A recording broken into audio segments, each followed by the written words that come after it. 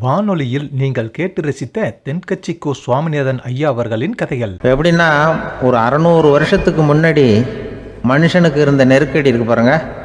ஒரு 600 வருஷத்துக்கு முன்னாடி மனுஷனுக்கு எவ்வளோ நெருக்கடி இருந்ததோ அதுபோல் 40 பங்கு இப்போ அதிகமாகிட்டு தான் கண்டுபிடிச்சி சொல்லியிருக்கிறாங்க. அவ்வளவு நெருக்கடிக்கு மத்தியில் நாம் வாழ்ந்துக்கிட்டு இருக்கிறோம். ஒரு 600 வருஷத்துக்கு முன்னாடி என் தலையில் 1 கிலோ வச்சுக்கிட்டு நின்னேன்னு வைங்க, இப்போ 40 கிலோ வச்சுக்கிட்டு நிற்கிறேன். அப்படி ஒவ்வொரு மனுஷனுக்கும் வாழ்க்கையில் நெருக்கடி அதிகமாக போச்சு. இப்போ இந்த நெருக்கடியில் முன்னாடிலாம் யாரோ ஒருத்தர் தான் தியானம் பண்ணுவாங்க. தியானம்னா ஒருத்தர் 2 பேர் காட்டுக்கு போய் தியானம் பண்ணிகிட்டு இருப்பாங்க 600 வருஷத்துக்கு முன்னாடி. இப்போ வீட்டுக்கு வீடு தியானம் நடக்குது. ஏன்னா அந்தளவுக்கு வாழ்க்கையில் ஒரு நிம்மதி வேணும் அப்படின்னு சொல்லி பண்ணிட்டாங்க. அதுக்கு தான் இயற்கை கொடுத்துருக்கிற ஒரு இயற்கையான வைத்தியம்தான் சிரிப்புங்கிறது. இதை பற்றி பெரியவங்கள்லாம் இப்போ ஆராய்ச்சி பண்ணிகிட்டு இருக்கிறாங்க. சிரிப்புங்கிறது நாம் பிறந்து ஒரு 6 மாதத்தில் தான் முதல் தடவையாக விவரமாக சிரிக்க ஆரம்பிக்கிறோமா. நம்ம பிறந்து 6 மாதத்துக்கு, அதாவது முதல் தடவை சிரிக்க ஆரம்பிக்கிறது ஒரு 6ஆவது வாரம், 1.5 மாதத்தில் தான் குழந்தை வந்து விவரமாக சிரிக்க ஆரம்பிக்குது. அப்புறம் அப்படியே சிரிக்க ஆரம்பிக்கிறோமா. அதையெல்லாம் இப்போ கணக்கு எடுத்துருக்குறாங்க. ஒரு குழந்தை ஒரு நாளைக்கு 200 தடவை சிரிக்குதான் ஒரு குழந்தை. பெரியவங்கள்லாம் 15 தடவை சிரிக்கிறாங்களாம். 200 தடவை சிரிச்சுக்கிட்டு இருந்த நாம் அப்படியே குறைஞ்சி 15 ஆகிட்டு. அதனால தான் இருதய நோயெல்லாம் வருது, ஹார்ட் அட்டாக்லாம் வருதுன்னு கண்டுபிடிச்சிருக்கிறாங்க. 200 சிரிப்புக்கு வந்து அது வந்து இயல்புத்தன்மை, மனுஷனுடைய இயல்புத்தன்மை சிரிக்கிறது. அதுக்கு ஜோக்கே தேவைப்படாது. ஆனால் இப்போ காலங்காலமாக நாம் என்ன போதிக்கப்பட்டு வந்திருக்கிறோம்னா, சிரிப்புங்கிறது ஒரு பாவமான செயல். ஒரு முதலாளிக்கு முன்னாடி தொழிலாளி சிரித்தா மரியாதை குறைச்சல், ஒரு கணவனுக்கு முன்னாடி மனைவி சிரித்தா மரியாதை குறைச்சல், அது மாதிரி ஒரு வாத்தியாருக்கு முன்னாடி பையன் சிரித்தா மரியாதை குறைச்சல், ஒரு ஆஃபீஸருக்கு முன்னாடி பியூனு சிரித்தா மரியாதை குறைச்சல், இப்படின்னு சொல்லி சிரிப்புங்கிறது ஏதோ மரியாதை குறைவான செயல்னு காலங்காலமாக நாம் போதிக்கப்பட்டு வந்திருக்கிறோம். இப்போ மரபு ரீதியாகவே அந்த சிரிப்பு வந்து நம்மகிட்ட சிறைப்பட்டுருக்கு தான், அடங்கி போச்சு. அந்த சிறைப்பட்டிருக்கிற சிரிப்பை வெளியில் கொண்டு வர்றதுக்கு தான் ஜோக்குன்னு ஒரு சாவியை போட வேண்டியிருக்கு. வேறு இந்த ஜோக்குக்கும் சிரிப்புக்கும் சம்மந்தம் இல்லை. அதை ஏற்கனவே இருக்கிறத வெளில கொண்டு வரதுக்கு ஒரு சாவி மாதிரி உபயோகப்படுதுன்னு இப்போ அதை பற்றி ஆராய்ச்சி பண்ணுறவங்களாம் சொல்கிறாங்க. ஏன்னா சிரிப்புக்கு ஜோக்கு தேவைப்படாது. இப்போ ஒரு குழந்தை தொட்டிலில் படுத்துருக்குன்னு வைங்களேன், குழந்தை தொட்டிலில் இருக்குது, அது முகத்துக்கிட்ட போய் ஒரு கிளுகிழுப்பை ஆட்டுங்க சிரிக்கும். அந்த கிளுகிழுப்பை சத்தமே சிரிக்க வைக்கிறதுல அதுதான் மனுஷனுடைய இயல்புத்தன்மை. அது என்ன ஜோக்காது? சத்தம். ஒரு கிளுகிழுப்பையை கொண்டு போய் குழந்தை முகத்துக்கிட்ட ஆட்டினா சிரிக்குதே, அதுதான் இயல்புத்தன்மை. அதே கிளுகிழுப்பையை ஒரு தாத்தா மூஞ்சிக்கிட்ட ஆட்டுங்க, கோவம் வந்துடும், அடிக்க வருவார். என்னடா விளையாட்டு இது அப்படிம்பாரு. ஏன்னா அவர் சிரிச்சுக்கிட்டு இருந்தவர், அப்படி இருந்தவர் ஒரு காலத்தில். ஒரு கிளுகிழுப்பைக்கு சிரித்தவர் ஒரு காலத்தில் இப்போ கோவப்படுறாருன்னா அந்த அளவுக்கு நம்ம மாறி போயிட்டே வந்துக்கிட்டு இருக்கிறோம். அதனால் வந்து அந்த இயல்புத்தன்மை மாறாமல் இருக்கணுங்கிறது ரொம்ப முக்கியம். அதுக்காக எல்லோரையும் குழந்தையாக்க முடியாது. மனுஷன் வந்து எல்லோரும் இனிமேல் வந்து வயசுங்கிறது கூட ஆகிட்டே தான் இருக்கும். அதுக்காக குறைச்சிக்கிட்டே போக முடியாது. அதுக்கு யாராவது மருந்து கண்டுபிடிச்சாதான் உண்டு. ஆனால் ஒருத்தர் மருந்து கண்டுபிடிச்சாராம், சொல்லுவாங்க. ஒரு டாக்டர் வந்து ஒரு மாத்திரை கண்டுபிடிச்சாராம். ஒரு மாத்திரை சாப்பிட்டா ஒரு வயசு குறையும், ஒரு மாத்திரை சாப்பிட்டா ஒரு வயசு குறையும் அப்படின்னு ஒரு மாத்திரையை கண்டுபிடிச்சிருக்காரு. ஒரு பாட்டி அம்மா, 90 வயசு பாட்டி, அது போயிருக்கு. அதே டாக்டர்கிட்ட போய், ஐயா எனக்கு ஒரு பாட்டில் மாத்திரை கொடுங்க, இந்த வயசு குறையிற மாத்திரை அப்படின்றது. அவர் ஒரு பாட்டில் கொடுத்தார் மாத்திரை. பாரும்மா பாட்டியம்மா, ஒரு மாத்திரை சாப்பிட்டா ஒரு வயசு குறையும், எடுத்துகிட்டு போகணும்னு கொடுத்துருக்காரு டாக்டர். இந்த 90 வயசு பாட்டி எடுத்துகிட்டு வீட்டுக்கு வந்துட்டு மறுநாள் அதே டாக்டர்கிட்ட போயிருக்கு. 30 வயசு பொண்ணாக போச்சான். 30 வயசு பொண்ணாக மாறி அதே டாக்டர்கிட்ட போயிருக்கு. இடுப்பில் ஒரு கை குழந்தை, அது சட்டை கிட்ட போடாமல் கட்டவரில் வாயில் வச்சுட்டு உட்காந்துருக்கு. நேராக டாக்டர்கிட்ட போய், டாக்டர் நேற்று வந்தேன், ஏதோ ஒரு மாத்திரை சாப்பிட்டா ஒரு வயசு குறையுன்னீங்க, நான் ஏதோ ஒரு ஆர்வத்தில் ஒரு 30-40 மாத்திரை சாப்பிட்டேன், இப்படி ஆகிட்டேன் அப்படின்னு. இப்போ டாக்டர் சொல்லியிருக்காரு, இதுக்கு ஏமா வருத்தப்படுற, எல்லோரும் வந்து வயசு குறையணும்னு தான் நினைக்கிறாங்க, உனக்கு வயசு குறைஞ்சிட்டுது, நீ சந்தோஷப்படு, இதுக்கே மறுபடியும் என்னட்ட வந்திருக்கிற அப்படின்னாரான் டாக்டர். அப்போ அந்த அம்மா சொல்லித்தேன், அதை என்னை பற்றி பரவாயில்ல டாக்டர், என் இடுப்பில் பாருங்கள் கை குழந்தை, இது சட்டை கிட்ட போடாமல் உட்காந்துருக்கு, கட்டவரில் வாயில் வச்சுட்டு உட்காந்துருக்கு, இது ரொம்ப ஆர்வத்தில் ஒரு 70 மாத்திரையை சாப்பிட்டு விட்டுது, இது என் வீட்டுக்காரரு. இவர் வந்து இடுப்பு விட்டு கீழே இறங்க மாட்டேங்கிறார். நான் எதையாவது கொடுத்து இனிமேதான் வயசை கூட்டி இறக்கி விடுவேன் டாக்டர் அப்படின்னு தான். அவர் வந்து ஏதோ நமக்கும் இதுக்கும் சம்மந்தம் இல்லைங்கிறது மாதிரி கட்டாரில் வச்சுட்டு அவர் பாட்டு உட்காந்துருக்கார். ஏதோ நமக்கு இந்த உலகமே இல்லை, நமக்கு சம்மந்தம் இல்லைங்கிற மாதிரி உட்காந்துருக்கார். இப்படியே நான் தூக்கிட்டு எங்கே அலையிறது அப்படின்னு தான். அதனால் வயசை குறைக்கிறது இயற்கைக்கு விரோதமாக நாம் பண்ண முடியாது. ஆனால் இந்த இயல்பு தன்மை மாறாமல் வச்சுக்கலாம். குழந்தை மாதிரி மாற முடியாதே தவிர அந்த குழந்தை தன்மையோடு வாழறதுக்கு கற்றுக்கணும். அதுதான் வாழ்க்கையில் இன்பமாக வாழறதுக்கு வழி. குழந்தைத்தனமாக இருக்கக்கூடாது, குழந்தை தன்மையோடு இருக்கணும்னு சொல்லுவாங்க. குழந்தை தன்மைங்கிறது வேறு, குழந்தைத்தனம்ங்கிறது வேறு. அப்படி ஒரு மாத்திரை கண்டுபிடிச்சிட்டா இப்போ யாராவது ஒருத்தவங்க இடுப்பில் குழந்தைய தூக்கிட்டு போனால் போய் கேட்கணும், ஏம்மா இது ஏன் வீட்டுக்காரரா உன் குழந்தையா அப்படின்னு கேட்டு அதுக்கப்புறம் அவருக்கு வணக்கம் சொல்லணும். இப்படிலாம் ஆகிடும் நிலைமை. இயற்கையை நம்ம மாற்ற முடியாது. அதுக்கு தகுந்தாப்புல தான் நாம் பண்ணணும். குழந்தை தன்மையோடு வாழறதுக்கு குடும்பத்தில் குழந்தை தன்மைங்கிறது எப்படின்னா, இப்போ சில பேருக்கு அந்த குழந்தைத்தன்மை உண்டு. ஒரு வீட்டில் ஒரு புள்ள படுத்திருக்கு, அம்மா எழுப்புறாங்க, காலேஜுக்கு நேரமாச்சு எழுந்திரிப்பா, காலேஜுக்கு நேரமாச்சு எழுந்திரிப்பா அப்படின்ட்டு. அந்த அம்மா அந்த புள்ளை சொல்லியிருக்கு, ஐயோ எனக்கு காலேஜுக்கு போகிறதுக்கே பிடிக்கலம்மா, என்னை தொந்தரவு பண்ணாத, காலேஜுக்கு போகிறதுக்கு எனக்கு பிடிக்கல அப்படின்னு தான். அப்போ அந்த அம்மா சொல்லியிருக்கு, ஏன் உனக்கு காலேஜுக்கு போகிறதுக்கு பிடிக்கல, கல்லூரிக்கு போகிறதுக்கு, அதுக்கு 2 காரணம் சொல்லு அப்படின்னு இருக்கா. அப்போ அந்த புள்ளை சொல்லிச்சான், ஏன் பிடிக்கலன்னா கல்லூரியில் இருக்கிற வாத்தியாருக்கும் என்னை பிடிக்க மாட்டேங்குது, ஆசிரியர்களுக்கும். 2வது காரணம், கல்லூரியில் படிக்கிற மாணவர்களுக்கும் என்னை பிடிக்கல, அதனால் நான் காலேஜுக்கு போக மாட்டேன்ற குழந்தை புள்ள சொல்லியிருக்கு. அம்மா அப்படிலாம் நீ இதுக்காக போகாமல் இருக்கக்கூடாது, நீ போய் தான் ஆகணும் அப்படின்னு பிடிவாதமாக அந்த அம்மா பிள்ளைய எழுப்புனாங்களாம். சரி, நான் எதுக்கு காலேஜ் போகணும்னு சொல்கிறேன், அதுக்கு நீ 2 காரணம் சொல்லு அப்படின்னு தான் அந்த புள்ள. அப்போ அந்த அம்மா சொன்னாங்களாம், நீ ஏன் காலேஜுக்கு போகணும்னா, முதல் காரணம் உனக்கு வயசு 52, 2வது காரணம் நீ தான் பிரின்ஸிபால் அப்படின்னு தான். என்ன இருந்தாலும் அவங்க அம்மாவுக்கு அது புள்ள தானே. அதுதான் குழந்தை தன்மைங்கிறது. 52 வயசுலேயும் குழந்தை தன்மையோடு இருக்கார் பாருங்கள், அதுதான் அந்த குழந்தை தன்மையோடு வாழறது தான் வெற்றிக்கு வழின்னு சொல்லுவாங்க. உலகத்தில் எதுக்கும் ஆராய்ச்சி கூடங்கள் இருக்குது இல்லை? அது மாதிரி தூக்கத்தை பற்றி ஆராய்ச்சி பண்ணுறதுக்கு ஒரு ஆராய்ச்சி கூடம் இருக்குது. அப்படி ஆராய்ச்சி பண்ணணும்னா அதுக்கு மூழ்கிக்கிட்டு இருக்கணும்ல. அதனால தான் அந்த ஆராய்ச்சி கூடம் இங்கே இல்லை. அமெரிக்காவில் பாஸ்டன் பல்கலைக்கழக மருத்துவமனையில் அது இருக்குது. அங்கே தூக்கத்தை பற்றி பல விதமான ஆராய்ச்சிகள் பண்ணிகிட்டு இருக்கிறாங்க. அந்த ஆராய்ச்சி கூடத்தில் இயக்குனராக இருக்கிற ஒரு நிபுணர், அவர் என்ன சொல்கிறாரு தெரியுமா? உங்களுக்கு தூக்கம் வரலையா, நீங்கள் நல்லா தூங்குறதுக்கு தாராளமாக சில யோசனைகளை என்னால் சொல்ல முடியும் அப்படிங்கிறார். யோசனை தானே, காசா பணமாக கேட்டு வச்சுக்கலாமே. உணவு, மனநிலை, தூங்கும் இடத்தோட சூழ்நிலை, படுக்கைக்கு செல்கிறப்போ உள்ள பழக்க வழக்கங்கள், இது காரணமாக ஒருத்தருக்கு தூக்கம் வராமல் போகலாம். தூக்கம் வராததுக்கு இதுதான் காரணம்னா அதையெல்லாம் சுலபமாக கட்டுப்படுத்தலாங்கிறார் அவர். தூக்கத்தை வரவழைக்கக்கூடிய ஒரு நல்ல மருந்து உடற்பயிற்சி. ஆனால் ஒன்று, படுக்க போகிற நேரத்தில் இது மாதிரி உடற்பயிற்சிகள் எல்லாம் செய்யக்கூடாது. கொஞ்சம் முன்னாடி பகல்லையே இந்த பயிற்சிகளை செய்கிறது நல்லது. தூக்கம் வராமல் அவதிப்படுறவங்க பிற்பகல் நேரங்களில் காஃபி, டீ இது மாதிரி பானங்களை சாப்பிடக்கூடாது. மது அருந்துறது கூட தூக்கத்தை பாதிக்கும்.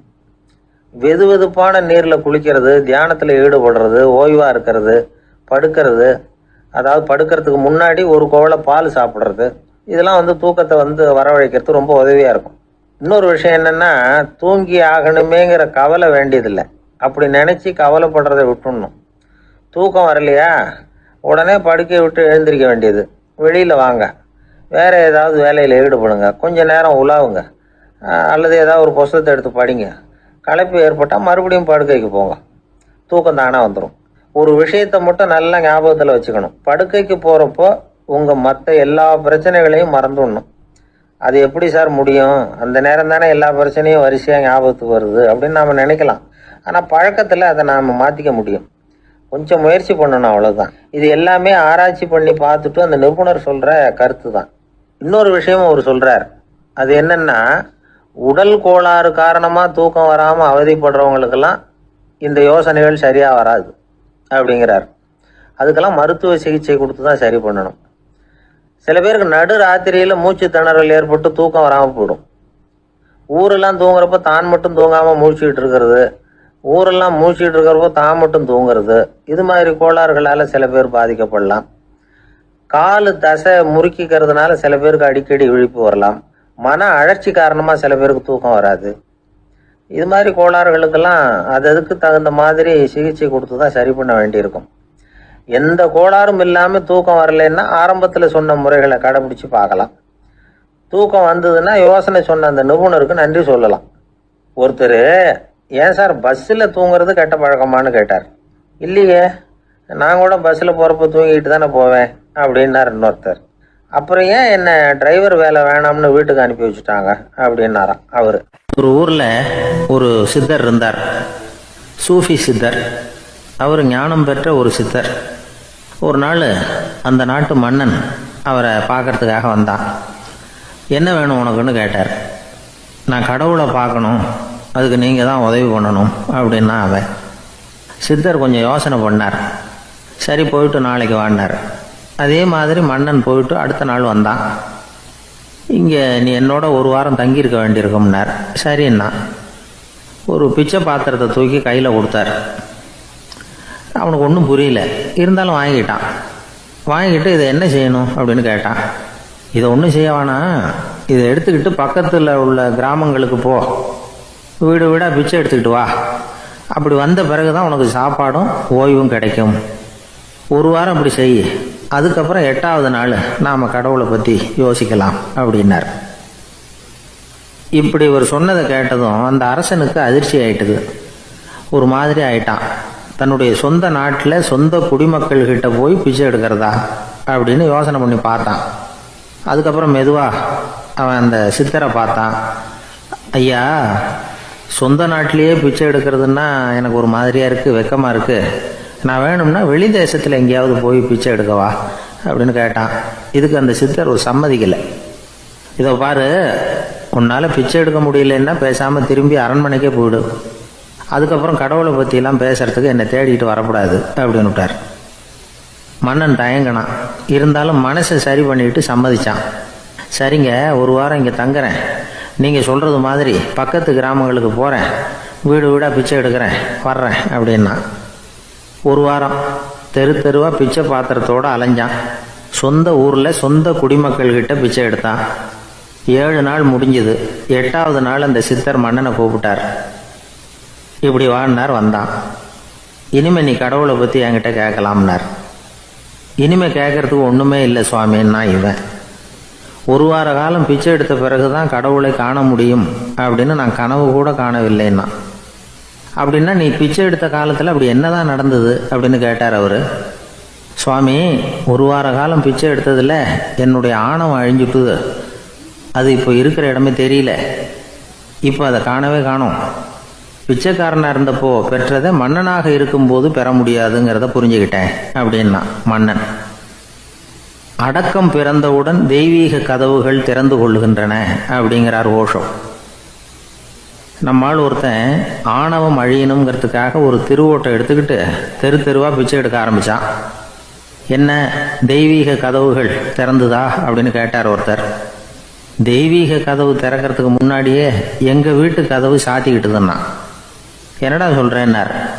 இனிமேல் வீட்டுக்குள்ளேயே வர வேணாம், இதையே தொழிலாக வச்சுக்கோ அப்படின்னு எங்கள் வீட்டில் சொல்லிவிட்டாங்க சார் அப்படின்னா. ரொம்ப நாளைக்கு முன்னாடி ஒரு நாள் கோவலன் நாடகம் நடந்தது.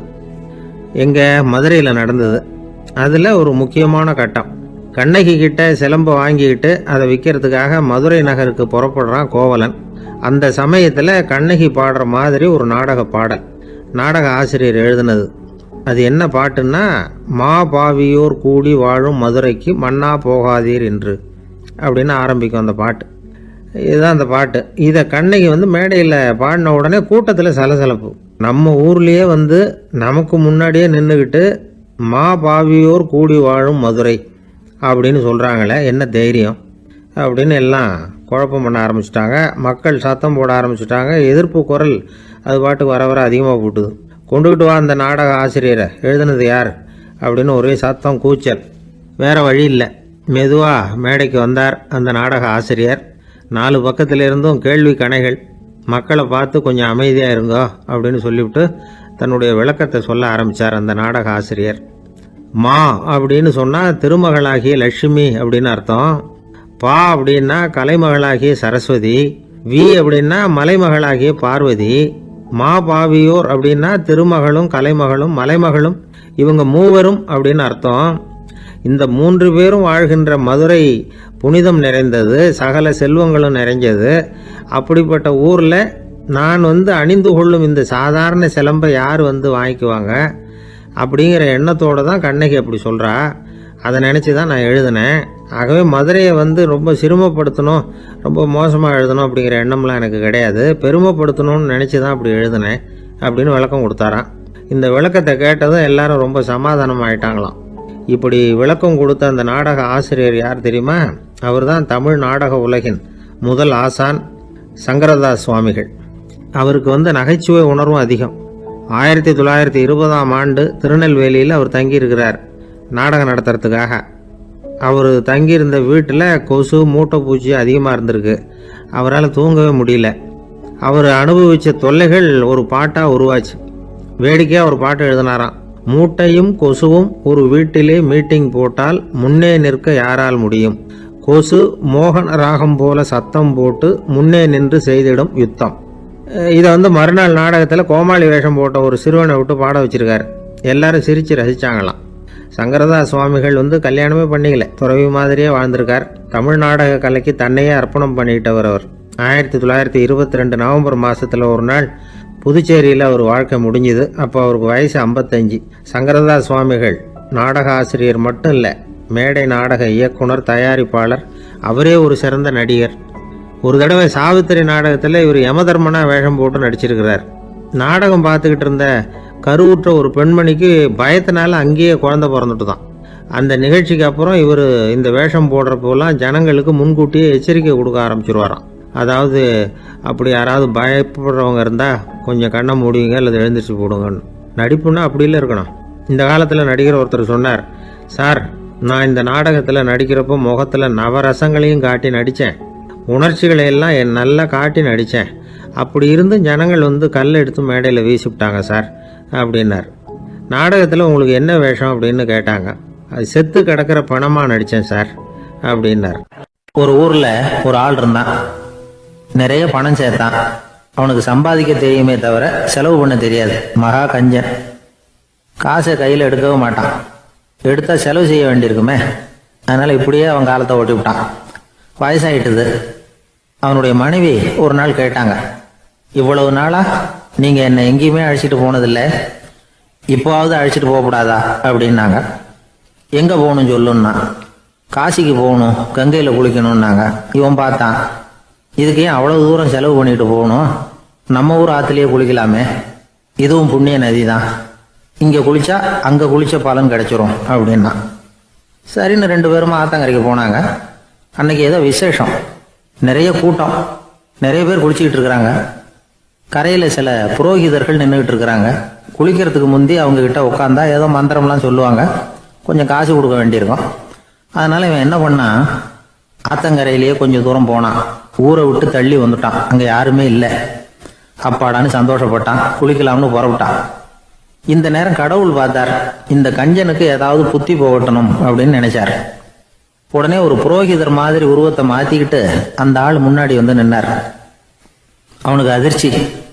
இங்கே யாருமே இருக்க மாட்டாங்கன்னு நினச்சா இங்கேயுமே ஒரு ஆள் வந்துட்டாரு, என்ன பண்ணுறதுன்னு யோசனை பண்ணான். புரோகிதர் உருவத்தில் இருந்த கடவுள் சொன்னார், இதை பாருங்க, இன்னைக்கு விசேஷ நாள், நீராடுறதுக்கு முன்னாடி சுயகல்பம் பண்ணிக்கிறது ரொம்ப நல்லது அப்படின்னார். என்கிட்ட பணம் எதுவும் இல்லையேன்னா. பரவாயில்ல, அப்புறமா கொடுங்க, வாங்கிக்கிறேன். ஆனால் ஒன்று, எவ்வளவு கொடுப்பீங்கிறத மட்டும் இப்போவே சொல்லி கொடுங்க அப்படின்னார். இவன் ரொம்ப யோசனை பண்ணான். ஒரு 10 பைசா தரேன் அப்படின்னா. சரின்னு ஒத்துக்கிட்டு எல்லா கிரியைகளையும் அவர் செஞ்சார். அதுக்கப்புறம் கணவனும் மனைவியும் ஆற்றுல குளிச்சாங்க. அவர் போயிட்டார். கொஞ்ச நாள் கழிச்சு அவன் வீட்டுக்கு வந்தார் கடனை வசூல் பண்ணுறதுக்கு. வாசலில் நின்றுக்கிட்டு இருந்த அவன் மனைவி இவரை பார்த்ததும் தயங்க ஆரம்பித்தாங்க. அந்த அம்மா கிட்ட விஷயத்த சொன்னார். அந்த அம்மா ஓடி போய் உள்ளே இருக்கிற தன்னுடைய கணவர்கிட்ட சொன்னாங்க. அவன் யோசனை பண்ணான், இப்போ வெளியில் போனால் அவனுக்கு 10 காசு கொடுக்க வேண்டியிருக்கும், அதனால் எனக்கு காய்ச்சல்னு அந்த ஆளுகிட்ட சொல்லிவிடு, இன்னொரு சந்தர்ப்பத்தில் என்னை பார்க்க சொல்லு அப்படின்னா. அந்த அம்மா போய் சொன்னாங்க.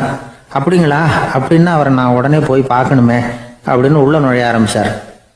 அவங்க மறுபடியும் இருங்க தான் வரேன்னு சொல்லிவிட்டு உள்ள ஓடி விஷயத்த சொன்னாங்க. இது எதுடா வம்பா போச்சு அப்படின்னு பார்த்தான்.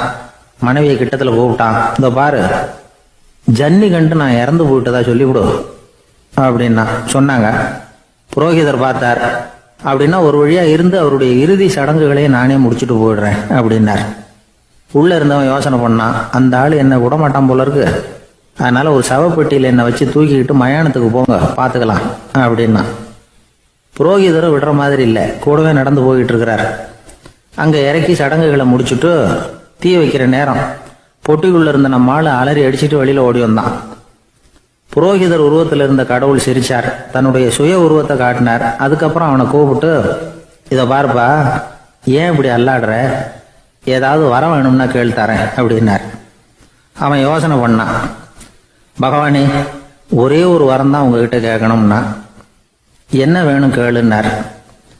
அந்த 10 பைசா தட்சிணையை தள்ளுபடி பண்ணா போதும் அப்படின்னா. கடவுளும் சரின்னு சொல்லிட்டு போயிட்டார்.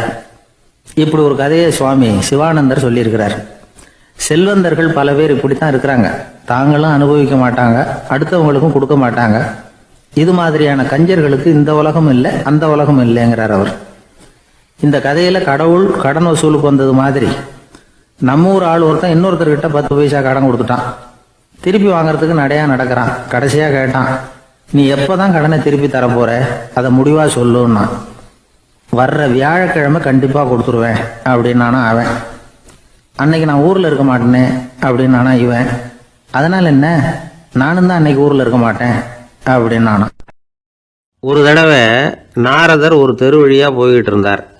வழியில ஒருத்தர் வேத சாஸ்திரம்லாம் படிச்சுக்கிட்டு உட்காந்துருந்தார். அவர் நாரதரை பார்த்து எங்கே போயிட்டு இருக்கிறீங்கன்னு கேட்டார். கடவுளை பார்த்துட்டு வரலாம்னு போயிட்டு இருக்கிறேன் அப்படின்னாரு நாரதர். அப்படின்னா அவர்கிட்ட எனக்கு எப்போ முக்தி கிடைக்கும்னு கேட்டுட்டு வாங்களேன் அப்படின்னார் இவர். சரி கேட்டு வரேன் அப்படின்னு சொல்லிவிட்டு நாரதர் நடந்தார். கொஞ்ச தூரத்தில் ஒரு மரத்தடியில் ஒரு தொழிலாளி செருப்பு தைச்சிக்கிட்டு உட்காந்துருந்தார். அந்த ஆளும் அதே மாதிரி கேட்டுக்கிட்டார், எனக்கு எப்போ முக்தி கிடைக்கும்னு கடவுள்கிட்ட கேட்டுக்கிட்டு வாங்களேன்னார். அவர்கிட்டையும் சரின்னு சொல்லிவிட்டு நாரதர் நேராக வைகுண்டத்துக்கு வந்து சேர்ந்தார். கடவுளை பார்த்தார். இவங்க 2 பேரும் சொல்லி அனுப்பின விஷயத்தை பற்றி கேட்டார். அதுக்கு கடவுள் சொன்னார், அந்த செருப்பு தைக்கிற தொழிலாளி உடல் நீத்ததும் உடனே என்னை வந்து அடைவான். ஆனால் அந்த சாஸ்திரம் படித்த ஆள் இப்போதைக்கு என்கிட்ட வந்து சேரமாட்டான். அவன் இன்னமும் பல பிறவிகள் எடுத்து அங்கேயே இருக்க வேண்டியிருக்குது. எப்போ இங்கே வந்து சேருவான்னு எனக்கே தெரியாது அப்படின்னார். நாரதருக்கு இதோட ரகசியம் என்னங்கிறது புரியல. எனக்கு ஒன்றும் புரியலையேன்னாரான் கடவுள்கிட்ட. சீக்கிரம் புரிஞ்சுக்குவேன், நீ திரும்பி போகிறப்போ நான் இங்கே வைகுண்டத்தில் என்ன செஞ்சுக்கிட்டு இருக்கேன்னு கேட்டால், ஒரு ஊசியின் துவாரத்தில் ஒரு யானையை கோத்துக்கிட்டு இருக்கிறேன்னு அவங்கக்கிட்ட சொல்லு அப்படின்னார் கடவுள் சிரிச்சுக்கிட்டே. நாரதர் பூமிக்கு திரும்பினார். கடவுளை பார்த்தீங்களா எப்படி இருக்கார் அப்படின்னு விசாரித்தார். வேத சாஸ்திரம் படித்தவர். ஓ பகவானா, அவர் யானையை ஊசியின் காதில் நுழைச்சிக்கிட்டு இருக்கிறார் பார்த்தேன்னார் நாரதர். ஊசி காதில் யானையா, அது எப்படி முடியும், நீங்கள் சொல்கிறத நான் நம்ப மாட்டேன்னு விட்டார் அவர். சரி, இந்த ஆளுக்கு இறைவன் பேரில் நம்பிக்கை இல்லை அப்படிங்கிறத நாரதர் புரிஞ்சுக்கிட்டார். அடுத்தபடியாக அந்த தொழிலாளி இருந்த இடத்துக்கு போனார். இறைவனை பார்த்தீங்களான்னு கேட்டார் அவர். பார்த்தேன், ஒரு ஊசி துவாரத்தில் யானையை கோத்துக்கிட்டு இருந்தார் அப்படின்னு சொல்லிவிட்டு நாரதர் அந்த ஆள் முகத்தை கவனித்தார். அந்த தொழிலாளி இதை கேட்டுட்டு கொஞ்சம் கூட ஆச்சரியப்படலை. அவரால் முடியாத காரியம் கூட உண்டானார். என்ன இப்படி சொல்கிற, ஊசியின் துவாரத்தில் யானையை கோக்க முடியும்னு நீ நம்புறியா அப்படின்னு கேட்டார் நாரதர். நிச்சயமாக நம்புகிறேன்னார் அவர். அது எப்படி அப்படின்னு கேட்டார் இவர். இதை பாருங்க, நான் இந்த ஆலமரத்தடியில் தான் தினமும் உட்காந்துருக்கிறேன். தினமும் இந்த மரத்திலிருந்து எவ்வளவோ பழம் கீழே விழுது. இந்த பழத்தில் இருக்கிற ஒவ்வொரு விதையிலேயும் உள்ள ஒரு ஆலமரம் இருக்குது. ஒரு சின்ன விதைக்குள்ள ஒரு பெரிய ஆலமரம் இருக்க முடியுங்கிறப்ப ஊசி துவாரத்தில் கடவுள் யானையை நுழைய வச்சாருங்கிறத ஒத்துக்கிறதுல என்ன கஷ்டம் இருக்கு அப்படின்னு ரொம்ப சர்வசாதாரணமாக பதில் சொன்னாராம் அந்த தொழிலாளி. நாரதர் யோசனை பண்ணார், இந்த தொழிலாளி வேத சாஸ்திரங்களையெல்லாம் படிக்கலைன்னா கூட அறிவுபூர்வமாக சிந்திச்சு இறைவனை நம்புகிறான். அதனால தான் கடவுள் இந்த ஆளுக்கு சீக்கிரம் முக்தி கிடைக்கும்னு சொன்னார் அப்படிங்கிறத புரிஞ்சுக்கிட்டாராம். இந்த கதையில் வர்ற கடவுள், நாரதர், வைகுண்டம் இதெல்லாம் ஒரு பக்கம் இருக்கட்டும், ஒரு சின்ன விதைக்குள்ள ஒரு பெரிய ஆலமரம் தூங்கிக்கிட்டு இருக்கு அப்படிங்கிற உண்மை, அந்தரத்தில் 1000 கிரகங்கள் சுற்றிக்கிட்டு இருக்குங்கிற உண்மை, இதெல்லாம் நாம் பார்த்துக்கிட்டு தானே இருக்கிறோம். இந்த உண்மைகள் அதிசயமாக நமக்கு தெரியறதுனால அதை நம்பாமல் இருந்துட முடியாது. இயற்கையை பரிபூர்ணமாக நம்புங்கள், அந்த நம்பிக்கையே நம்ம வாழ்க்கைக்கு ஆதாரம் அப்படிங்கிறத விளக்கறதுக்காக தான் இந்த கதை. இந்த காலத்தில் நம்ம பிள்ளைங்களுக்கெல்லாம் இது மாதிரி நம்பிக்கை அதிகமாகவே இருக்குது. ஒரு நாள் ஒரு சின்ன பையன்கிட்ட கேட்டேன், ஏன்பா கடவுள் ஒரு பானைக்குள்ளே ஒரு யானையை நுழைய வச்சுட்டாருன்னு சொன்னால் அதை நீ நம்புவியா அப்படின்னு கேட்டோம். நம்புவேன் சார், அது ஒன்றும் பெரிய அதிசயம் இல்லைன்னா. எப்படிறான்னு கேட்டோம். எப்படின்னா அந்த பானை அந்த யானையை விட பெருசாக இருந்திருக்கும், அவ்வளவுதான் அப்படின்னு சொல்றான். நம்மள மாதிரி ஒரு ஆசாமி அவன் நம்மள மாதிரியே கற்பனை பண்ணான். அதாவது நாம தான் இந்த உலகத்துல ரொம்பவும் கஷ்டப்படுறோம், மற்றவங்க எல்லாம் சந்தோஷமா இருக்கிறாங்க அப்படின்னு அவன் நினைச்சுக்கிட்டான். அவன் ஒரு நாள் கடவுளை வேண்டிக்கிட்டானா, சுவாமி இந்த உலகத்துல எவ்வளவோ பேர் இருக்கிறாங்க, ஒவ்வொருத்தருக்கும் ஒவ்வொரு விதமான கஷ்டம் இருக்கலாம், ஒத்துக்கிறேன். இருந்தாலும் எனக்கு அது கொஞ்சம் அதிகமா இருக்கிறது மாதிரி தெரியுது. அதனால நீங்க எனக்காக ஒரு சின்ன உதவி செஞ்சா போதும். அது வேற ஒண்ணும் இல்லை, என்கிட்ட இருக்கிற துயரங்களை இன்னொருத்தர் யாருக்கிட்டையாவது கொடுத்துருங்க, அவர்கிட்ட இருக்கிற துயரங்களை என்கிட்ட மாத்தி கொடுத்துருங்க. ஒரு மியூச்சுவல் டிரான்ஸ்ஃபர், அவ்வளவுதான். அப்படி பண்ணிவிட்டா போதும் அப்படின்னு வேண்டிக்கிட்டானா. அன்னைக்கு ராத்திரியே அவன் ஒரு கனவு கண்டிருக்கான். வானத்திலிருந்து ஒரு குரல் கேட்டிருக்கு. அது என்ன சொல்லிச்சு தெரியுமா? ஏ ஜனங்களே, எல்லாரும் அவங்கவுங்க கஷ்டங்களை ஒரு பையில போட்டு எடுத்துக்குங்க. அப்படி எடுத்துக்கிட்டு நேரா இந்த ஊர் எல்லையில இருக்கிற கோயிலுக்கு வந்து சேருங்க அப்படின்னு அந்த குரல். ஆஹா, கடவுள் நம்ம பிரார்த்தனைக்கு செவி சாய்ச்சுட்டார் அப்படின்னு சந்தோஷப்பட்டான் இவன். உடனே என்ன பண்ணான், தன்கிட்ட இருந்த கஷ்டத்தையெல்லாம் ஒரு சாக்கு பையில போட்டு எடுத்துக்கிட்டான். வீட்டை விட்டு வெளியில வந்தான். தெருவில் இறங்கி நடக்கிறான். அங்க பார்த்தா ஏகப்பட்ட பேர் ஆளுக்கு ஒரு பைய தூக்கிக்கிட்டு கோயிலுக்கு போயிட்டு இருக்கிறாங்க. சில பேர் மூட்டையா கட்டி தலையில சுமந்துக்கிட்டு போயிட்டு இருக்கிறாங்க. இவன் பார்த்தான். இவனுக்கு ரொம்ப ஆச்சரியமா இருந்தது. ஏன்னா எல்லாரும் வச்சிருக்கிற பைய இவன் பைய விட பெருசா இருந்தது. இவன் பை தான் இருக்கிறதுலயே கொஞ்சம் சின்னதா தெரிஞ்சது. இப்ப அவன் மறுபடியும் சாமியை வேண்டிக்கிட்டான், கடவுளே இப்ப உள்ள சூழ்நிலையை கவனிச்சா என்கிட்ட இருக்கிற பைய பரவாயில்லன்னு தோணுது. அதனால வேற பை எதையும் மாத்த வேணாம், இதுவே பரவாயில்ல, இந்த பையோட திரும்பி வீட்டுக்கு போனா போதும்னு நினைக்கிறேன் அப்படின்னு ஏதோ நினைக்க ஆரம்பிச்சுட்டான் அவன். எல்லாரும் கோயிலுக்கு போய் சேர்ந்தாங்க. கோயில்ல அந்த குரல் மறுபடியும் கேட்டுது. எல்லாரும் அவங்கவுங்க பைகளை சோகத்துல தொங்க விடுங்க, திடீர்னு விளக்குகள் அணையும், மணி அடிக்கப்படும், அதுதான் அடையாளம். அந்த சமயத்துல இருட்டுல உங்களுக்கு வேண்டிய பைய நீங்க மாத்தி எடுத்துக்கலாம், தேர்ந்தெடுத்துக்கலாம். வெளிச்சம் இருக்கிறப்பவே உங்களுக்கு பிடிச்ச பைக்கு பக்கமா பார்த்து நீங்க நின்னுக்கலாம் அப்படின்னு சொல்லி விவரம் சொல்லிச்சான் அந்த குரல். அப்படி சொன்னதுக்கு அப்புறம் திடீர்னு விளக்கு அணைஞ்சுது, மணி அடிச்சுது. கொஞ்ச நேரம் கழிச்சு மறுபடியும் விளக்குகள்லாம் எரிஞ்சுது. இப்போ பார்த்தா எல்லாரும் அவங்கவுங்க பையையே கெட்டியா பிடிச்சிக்கிட்டு நிக்கிறாங்க. இவனும் அப்படியே நிக்கிறான். இவன் மெதுவா பக்கத்துல நிக்கிறவங்க கிட்ட கேட்டானா, ஏன் நீங்க பைய கையிலேயே வச்சிருக்கிறீங்க, செவுத்துல மாட்டலையா அப்படின்னு கேட்டிருக்கான். இல்லப்பா, நீ ஏன் கையிலேயே வச்சிருக்கிறியோ அதே காரணத்துக்காக தான் நாங்களும் வச்சிருக்கிறோம். நம்ம கவலைகளை பத்தி நமக்கு ஓரளவுக்காவது தெரியும். ஆனா மற்றவங்க கவலைகள் நமக்கு பரிச்சயம் இல்லாதவை, பழக்கம் இல்லாதது. அதனால நமக்கு தெரிஞ்ச கவலைகளை சமாளிக்கிறது சுலபம். தெரியாததை சமாளிக்கணும்னா மறுபடியும் ஆரம்பத்துல இருந்து ஆரம்பிக்கணும். அதனால பழைய நண்பர்களோட வாழறது தான் மேல் அப்படின்னு நானான். அதுக்கப்புறம் அவன் தன்னோட பைய போதும்னு வீட்டுக்கு திரும்பி வந்துட்டானான்.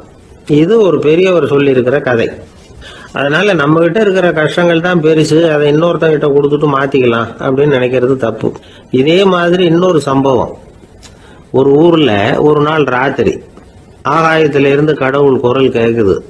இந்த ஊர்ல இருக்கிற ஜனங்கள்லாம் கொஞ்சம் கவனிங்க, உங்களுக்கு ஒரு செய்தி. அதாவது இங்க இருக்கிற ஜனங்கள்லயே கொஞ்சம் கூட கவலையே இல்லாத ஆள் யாருன்னு எனக்கு தெரியணும். அதனால எல்லாரும் அவங்க கவலைகளை ஒரு பையில போட்டு எடுத்துக்கிட்டு கோயிலுக்கு வாங்க அப்படின்னாரு கடவுள். உடனே வரிசையா எல்லாரும் வர ஆரம்பிச்சாங்க. எல்லார் கையிலயும் பை இருந்தது, சின்னதும் பெருசுமா. கவலையே இல்லாத ஆள் யாருன்னு தேடினார் கடவுள். ஒரே ஒரு ஆள் மட்டும் கையில எதுவும் இல்லாம வெறும் கையை வீசிக்கிட்டு ரொம்ப ஜாலியா நடந்து வந்துகிட்டு இருந்தான். கடவுள் அவங்ககிட்ட போனார். ஏன்பா உனக்கு கவலையே இல்லையா அப்படின்னு கேட்டார்.